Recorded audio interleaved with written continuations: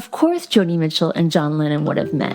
It just never occurred to me. Unfortunately, they didn't really get along. And she has, quote, controversial opinions about him, and we'll get into that. It includes an incident where Joni embarrassed John Lennon, but we'll finish up with a more lovely musical connection between Paul McCartney and Joni Mitchell, and some of their most beloved life-affirming songs. Both Sides Now, Yesterday, and Hey Jude. They actually ran in some of the same circles. In fact, they saw each other here, there, and everywhere. They would see each other at people's parties. No. The first question I asked myself was, why didn't Joni Mitchell and John Lennon get along? So we're in Los Angeles. It's late 1973. Joni's really focused recording Court and Spark. John Lennon's been promoting his album, Mind Games. He's recording too, but not quite as focused as Joni, who's on a creative role. But they had more commonality than you might think. They were both in LA coming out of their respective shells. Joni had the year before released For the Roses, which was an album she created after a brutal breakup from James Taylor, where she went completely off the grid, lived in a stone cottage by herself in the woods. For the Roses is a very introspective record, but she moves back to LA, moves in with friend/label mate David Geffen, who's dating Cher. I just love the idea of Joni and Cher hanging out. Here they are, coincidentally, at Paul McCartney's party. I could just imagine her saying, "Cher, girl, David Geffen, you might be barking up the wrong tree."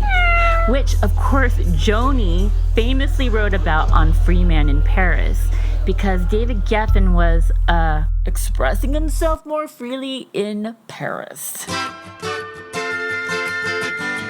But another thing Joni is writing about is how phony this LA party scene is. People at this party, they've got a lot of style. They've got stamps of many countries, they've got passport smiles. Some are friendly, some are cutting, some are watching it from the wings, some are standing in the center, giving her get something. While Joni is suspicious of the LA scene, John Lennon is having a fabulous time, being more social than he's been in years. He's heckling the Smothers Brothers. He's enjoying his Brandy Alexander's, which is his cocktail of choice at the moment. So yeah, apparently they met on what was John Lennon's Lost Weekend. And I didn't even know John Lennon had a Lost Weekend. This was all news to me. So yeah, this all came about because I'm listening to Paul McCartney's podcast. Are you guys listening to it? God, I just love it. I'm savoring every morsel. I heard this really interesting coincidence with Joni Mitchell that we're going to get into later. But it caused me to want to find out more about Joni Mitchell and the Beatles. So I Googled it and I found this article. And most of it is based on May Pang's book, someone that he ended up having an affair with during his separation with Yoko Ono. Recently, a documentary came out based on May Pang's book. My name is May Pang, and this is my story.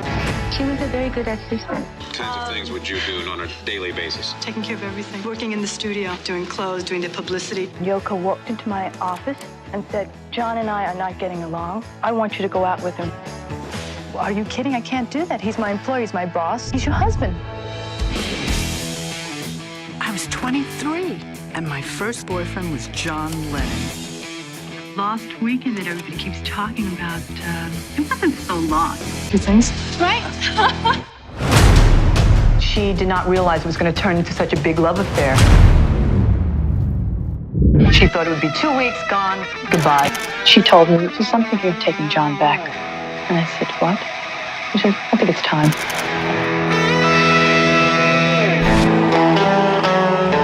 And it just sent me down this giant rabbit hole because I knew nothing about this. I mean, I heard once a friend of mine told me that John Lennon wasn't great with the women in his life, that he could be abusive, and I was really surprised by that. But, take that with a grain of salt because I'd never actually researched it on my own. That's why I really want to watch this documentary and read the book. Let me know if you want me to report back on that. This is during that time period where Joni Mitchell met John Lennon. So it wasn't the greatest time to actually meet him. That might have been part of the source of their problem. But Joni actually did discuss it in an interview. I was telling Joni at the break when I got a preview of the CD, and I said to someone, oh my God, the new Joni Mitchell CD, Both Sides Now. This friend of mine said, oh, Judy Collins let her sing her song. True, I got that a lot. How did you get Judy to give you permission to sing your song? I mean, when I met John Lennon, it was during his last year in LA, and he came up to me and he said, oh, it's all a product of our education. You want a hit, don't you? I was cutting Court and Spark. He was cutting across the hall. So I played him something from Court and Spark, and he said, you want a hit, don't you? Put some fiddles on it. Why do you always let other people have your hits for you, It's hard to tell from that interview how she really felt. She seems, more jovial and joking about it. But she did discuss the second time that they met in a different interview a little bit later in an article for Maclean's magazine in 2014. She said it was just as abrasive as the first time, where he was again giving her kind of a hard time for her middle-class upbringing. Joni said, quote, that's the class difficulty he had. He was a working-class lad. I'm sure he had the same fight with George Martin because he was afraid that he was betraying his class. I know I'm going to get into hot water if I get into this, but I have controversial opinions about him. I watched this English film, which was a roundup of the best musicians of the 20th century. As soon as it hit my era, the intelligence dropped considerably. When it came to me, meaning Joni Mitchell, this guy folded his arm, crossed his feet, and said, I never liked Joni Mitchell. She's too twee. I never knew that twee was a word that they used back then, too. Happy talky talky, happy talk. Talk about things you like to do. I thought that was a 2000s thing. Wow, shows how much I know. Well, that's what John Lennon was like. It was that fear working class people have of middle class people. This is one of those situations where you really can't judge a book by its cover. You really don't know what people have been through. John Lennon had a pretty rough upbringing, and that's very well documented. I remember that from Anthology. But John Lennon never really realized all the things that Joni had been through, including a very serious bout with polio that they actually thought she wasn't going to live. And the years that they thought she was going to live, they thought she was going to live them in a hospital. And that was her life for a very long time, living in a hospital. Not to mention the fact that she was a very young, unwed mother in a time when that was really just not accepted. She also says in the documentary that she was sort of tricked into giving up her child. Part of that comes up a little bit later. We're going to discuss that during the Paul McCartney section. And I got serious all of a sudden. I don't know, can you take me seriously with things on my head? You were saying that in America they're so serious. Anyway, so where were we? The point is, I think there was no love lost between Joni Mitchell and John Lennon. I'm not even sure really why, but definitely on Joni's part, I think she was a little holding a grudge maybe. So I guess there was no surprise that when the opportunity arose for Joni to embarrass John Lennon, she took it. And I guess this was what was in May Peng's book. So I really want to read it more because in this article, I'm a little unclear to the context, because this is what it says. As May Peng recalled in Loving John, the folk singer sauntered into Lennon's studio to observe his work. Occasionally, she looked at John and smiled languidly.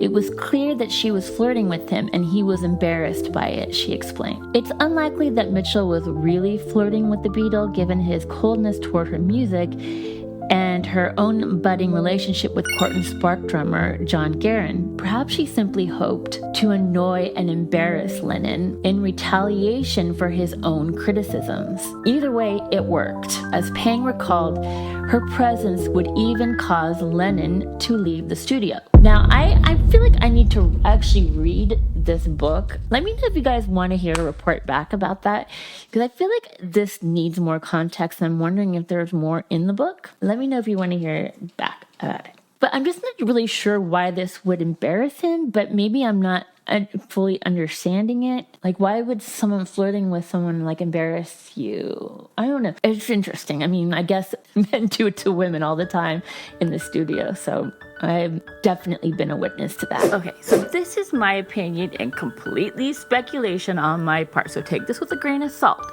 But when John told her to put fiddles on her record, Joni was very focused on finishing Court and Spark, which is the most vulnerable time for any artist, especially one who puts as much of herself in her work as Joni was. John could have easily made those remarks innocently because of where he was. He was in fun mode, right? Even though John and Joni only had this brief association, a case could be made that they did influence each other's work. Depending on where Joni was on Court and Spark when John Lennon told her to add fiddles, she, in essence, did just that. Help Me and Raised on Robbery, for instance, although more horns than fiddles, they certainly were more textured, right?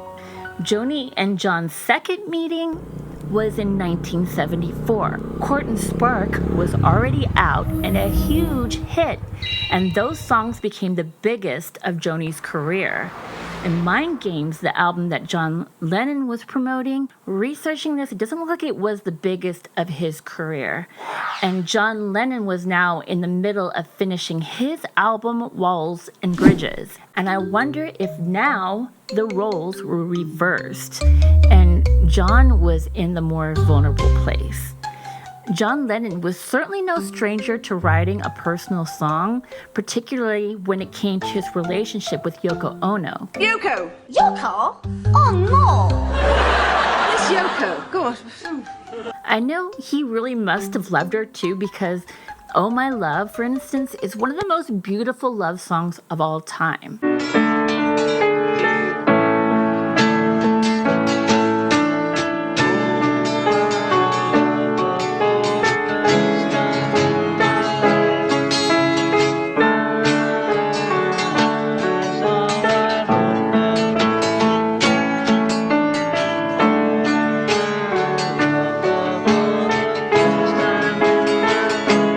But they were generally more broad strokes rather than as specific as Joni was getting. And Joni had said that John had been taken aback at how personal she got. Arguably, Walls had a few songs where it feels like he was attempting to get more personal. Songs like Scared and No One Loves You When You're Down and Out. But coincidentally, in July, they are coming out with an expanded version of Mind Games. So I didn't want to compare these albums too in depth. Let me know in the comments if you'd like to see a review. Fans of Joni and John's music have this similar close connection. Why did they write with such empathy and desire for peace? Yet according to these lists, both had lots of enemies. Part 2 will also discuss how Joni's recently changed that. This video ended up taking me months, y'all. So if you can consider a like, a subscribe, a comment, or you can mosey on over to a super thanks, that would mean so much.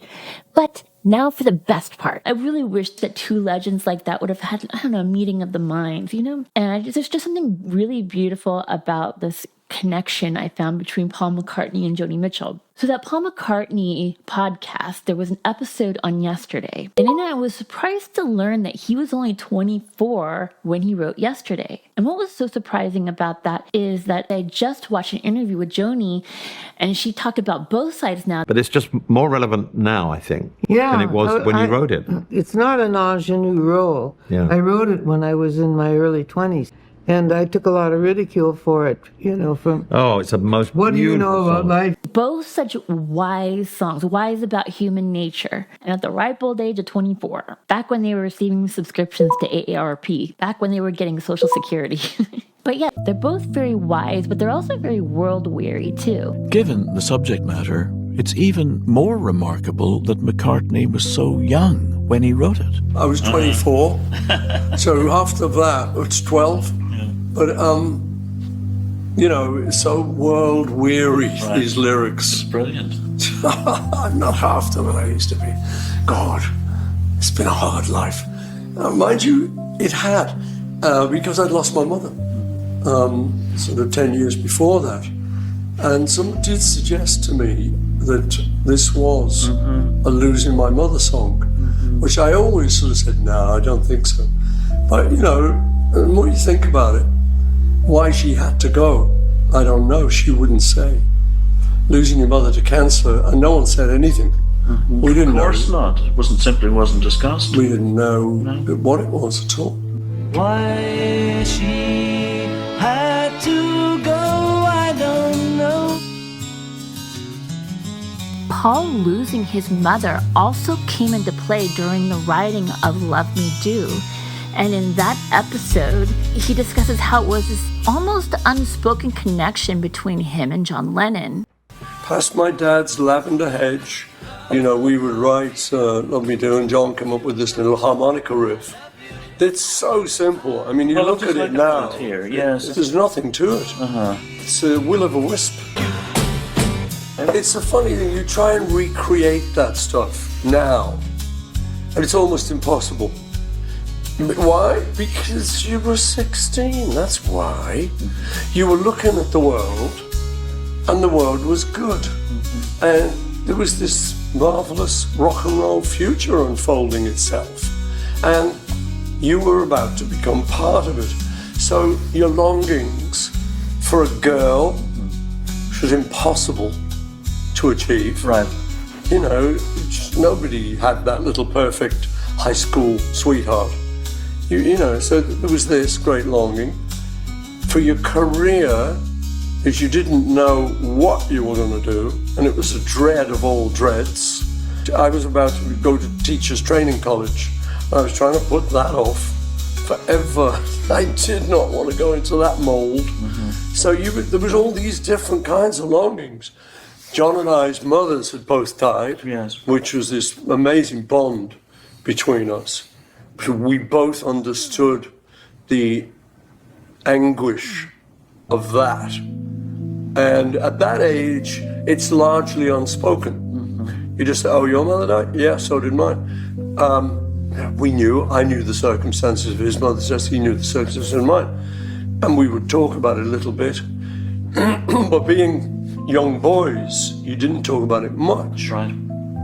So all this was rolled up into this package, this longing, and it spilled out, which is the best way to write. The fact that this mutual loss might have played a part in their songwriting, it's interesting that John wasn't able to recognize that same loss in Joni. Paul and John had lost their mother, and Joni had lost her daughter. It was in 1965 I gave birth to a girl. The traditional way of dealing with it in those days was the child would be taken away and you didn't see her, and that made it and placed up for adoption. The only thing that need be said about this is that having time on my hands since my child was taken away from me, for the 33 years that my child was taken away from me, I concerned myself with the society in which she was in, which was getting sicker and sicker and more delusional by the day. You know, I was still viewing, you're supposed to start your family and secure your family and your faith or whatever the backbone of your family life is. And then if you have the energy left over from your family, you stretch out into the community, you know, and so I had no family at my nucleus, and I just stretched out into the community. It always struck me that Both Sides Now is the kind of song about, you know, growing older and wiser and therefore seeing things a little differently. And of course, you wrote the song when you were really pretty darn young. I didn't feel that it was a successful version. The interesting thing was that the astrological influence, the main thrust on my daughter was that she has to come to grips with fantasy and reality. It just has to do with the time that she was born. And the early work that I did right after her birth was almost like I was raising her because the meditations that I was doing at 21 were on fantasy and reality, which is my daughter's thing to learn here in this life. That whole song was a meditation on fantasy and reality. It begins with Each verse has a very naive beginning verse, and then the second half of the verse is coming to grips with reality. So each part has a kind of a fantasy half and a real half. Put a pin in that, because we're going to circle back to Both Sides Now and what it means to Joni now. But this makes so much sense to me, y'all. Because if you really think about it, especially the early work, it's kind of like she's trying to pass something down, or, I don't know, being a good influence. It's like someone trying to pass something down, you know, things about life. Both Sides Now, yes, of course, but then also Urge for Going. I get the urge for going, but I never seem to go. The meadow grass is turning brown, and summertime is falling down to closing in.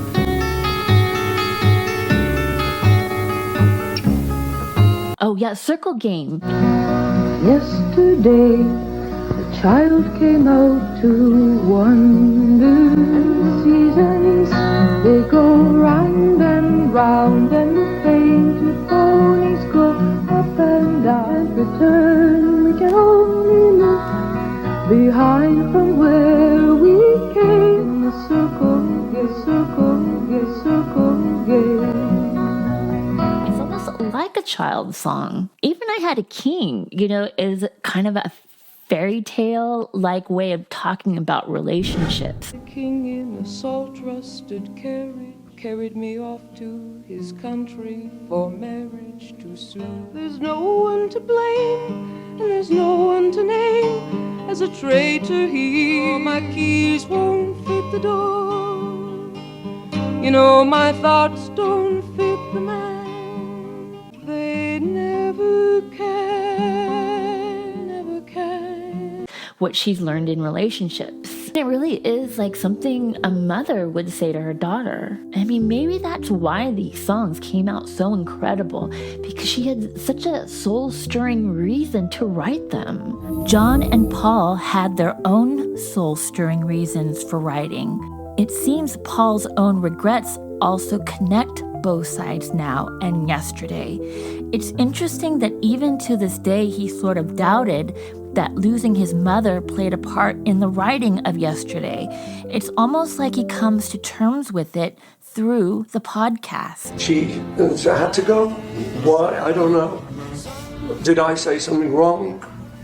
You know, it may be because there's so much tumbled into your youth. Of course there is. And your formative years that you can't appreciate it all. Sometimes it's only in retrospect you can appreciate it. I remember very clearly one day feeling very embarrassed because I embarrassed my mum. We were out in the backyard and she talked posh compared to her because she was of Irish origin and she was a nurse. So she was above street level. So she had something sort of going for her, and she would talk, which we thought was a little bit posh. And it was a little bit Welshy as well. She had connections, her Auntie Dillis was Welsh. And so she talked a little bit this, and I remember she said something like, Paul, will you ask him if he's going to... I went, ask! It's ask, Mum! You know. And she got a little embarrassed. I remember later thinking, God, I wish I'd never said that. And it stuck with me, you know. Even after she died, I go, oh, fuck, I really wish. I got a couple of those little things that I know the people would forgive me, because they're not big things. Of course not. They're little things, but they're little things that I just think, if I could just take a rubber, just rub that little moment out, it'd be better. And when she died, I wonder, I said something wrong. Are we harking back to that crazy little thing? I said something wrong, now I long for you. But yeah, so I think there's a real lesson in being able to take tragedy and regret and being able to transmute it into something so beautiful. That's truly magic. Even Hey Jude is a great example of that. The song was written for Julian Lennon when his dad was separating from Julian's mother and was just beginning to get serious with Yoko. Then Paul thought it was really about himself, and John Lennon ended up thinking it was Paul saying for him to go for it with Yoko. And it really reflected the way the whole world began to think of Hey Jude, that it was speaking directly to them. I like my songs to be every man or every woman because I know people are going to listen to them, and I like the fact that they put their own interpretations on them. And I'm always glad when the lyrics get a bit screwed up and when they mishear them, because it's yours now. You know, I've let it go, and so now you should make of it what you will. Yeah, I don't know, it's kind of a mystery, but, you know, I just feel like a lot of Paul McCartney's songs give people hope. Well, you know, I just think that everyone goes through periods in their life when things are going wrong. You know, they're losing people, their children are ill or whatever, and it's just so much pain in regard to all of that. I'm empathizing and trying to encourage someone who's going through a really bad time. Because I know when I've been going through bad times, I don't know, like Linda's illness and consequent death, and you know, the breakup of the Beatles, all these sort of things, these moments in your life, I know you really feel lousy. You've got a pit in your stomach all the time. So to me, the idea sometimes behind songs is to try and reach that person and say, look, you know, how about this thought? So I'm always trying to do that. I notice I'm always trying to say, look, it's going to be okay. You know, it will be all right. I'm trying to be the voice of encouragement. Hey Jude,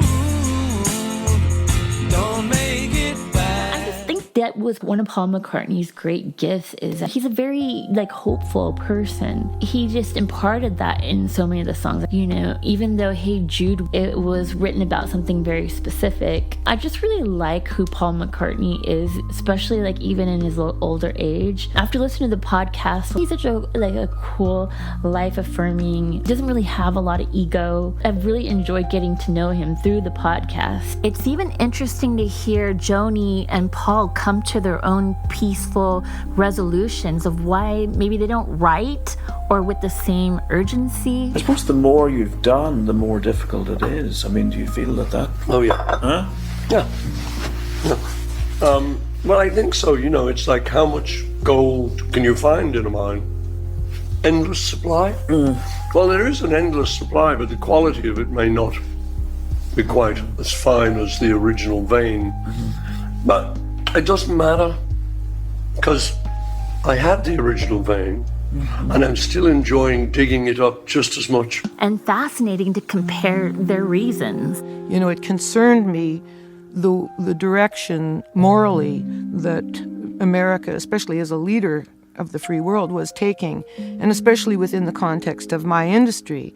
You know, the way in the name of rock and roll, bravado, rebellion. But as it went from being a black innovation, which had a lot of joy in it, to being a white innovation, which had a lot of... The only thing that white people knew about rhythmically was war and funerals. So rock and roll, the beat became more warring and more funereal. Finally, I found myself in a musical culture that I could not relate to at all. At the same time, my daughter came back to me, and the whole communication that I was making was kind of to the world that she was in. Now my family was back, and I just stopped writing. It just happened that whatever made me write was just something I did while my family was away. Right. Joni, Paul, and John all had such moving reasons to write and create music, and it continues to connect with the whole world. Another interesting connection between Joni Mitchell and Paul McCartney is that they both have lived these long, fruitful lives, and they've really grown into the lyrics of Yesterday and Both Sides Now, and what it says about aging as a rock star. And they both have talked about age in terms of what it's done to their voice, although I have to say, Paul is allowed to kind of muse about it, while Joni is sort of confronted with it. Paul talked about it when they were using AI to finish that Beatles song. It's all because because of you. It's all because of you. And he basically was saying something to the fact that he could never compete with AI because AI had his younger voice. I thought that was really interesting. I was listening to this interview with Joni. They were talking about the two versions of both sides now. You have two new compilations now, and your compilation Dreamland kind of collects songs that span a good deal of your career. And I'd like to talk a little bit about how you think your voice has changed in the years that you've performed. And the interviewer was really confronting her, kind of saying she wanted her to listen to both versions and see how her voice has changed, you know, that she'd ruined her voice, that maybe she'd ruined it with cigarettes. You used to sing a lot in a high kind of falsetto voice, and then your voice really deepened. Part of that was age, probably part of that was cigarettes. You know, one of the songs on the new CD, Dreamland, is a fairly recent version. I think it's from 2000 of Both Sides Now. So I thought it would be interesting to hear that orchestral version from 2000. You have a full orchestra behind you, back to back with the original version, and hear not only how your voice changed, but also how you interpret the song differently.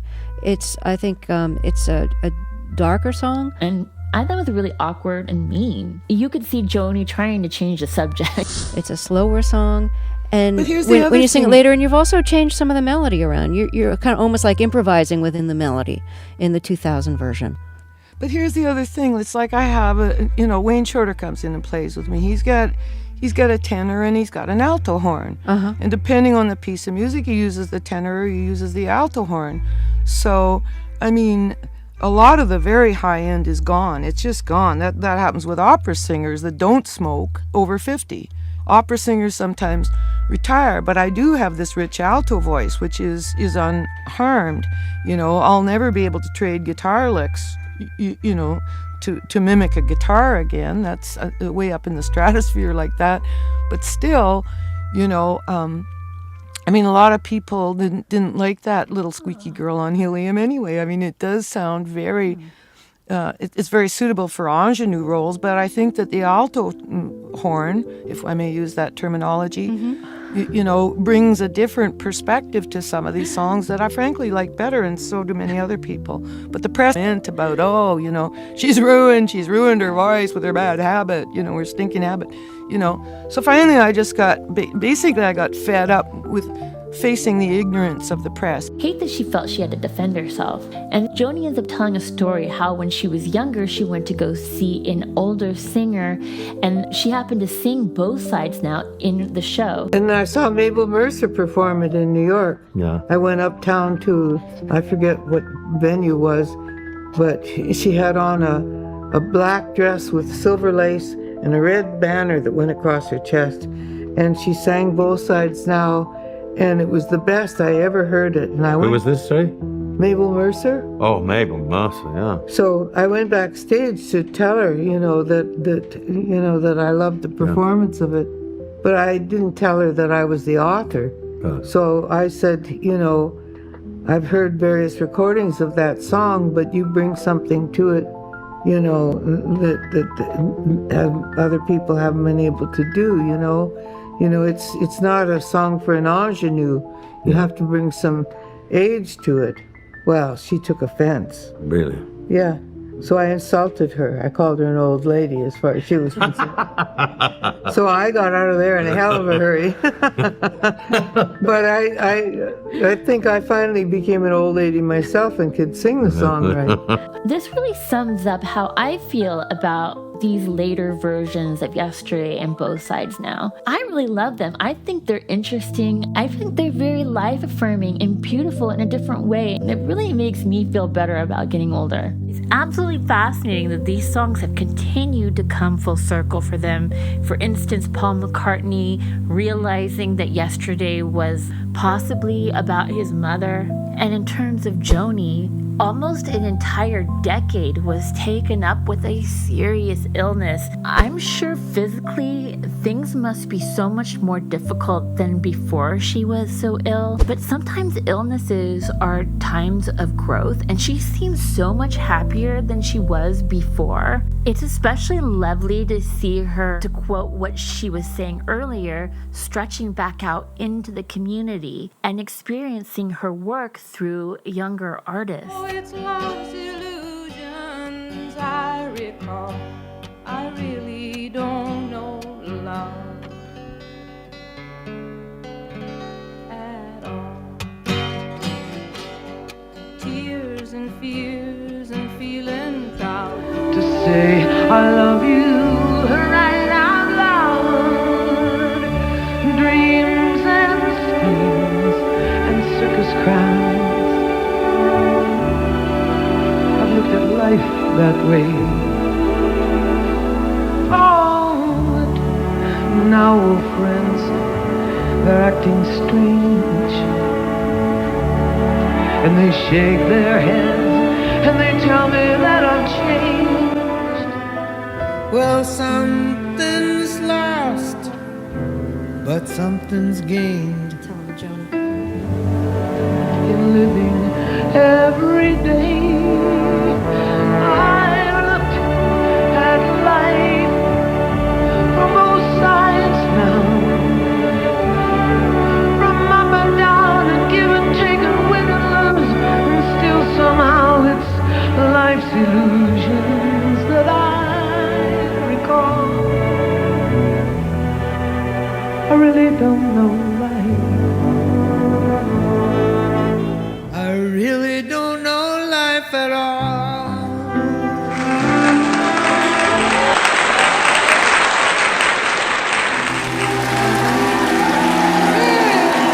Just a testament to Joni's artistry that she has learned to use the voice she has today. What works for us as a kid isn't going to work for us as an adult.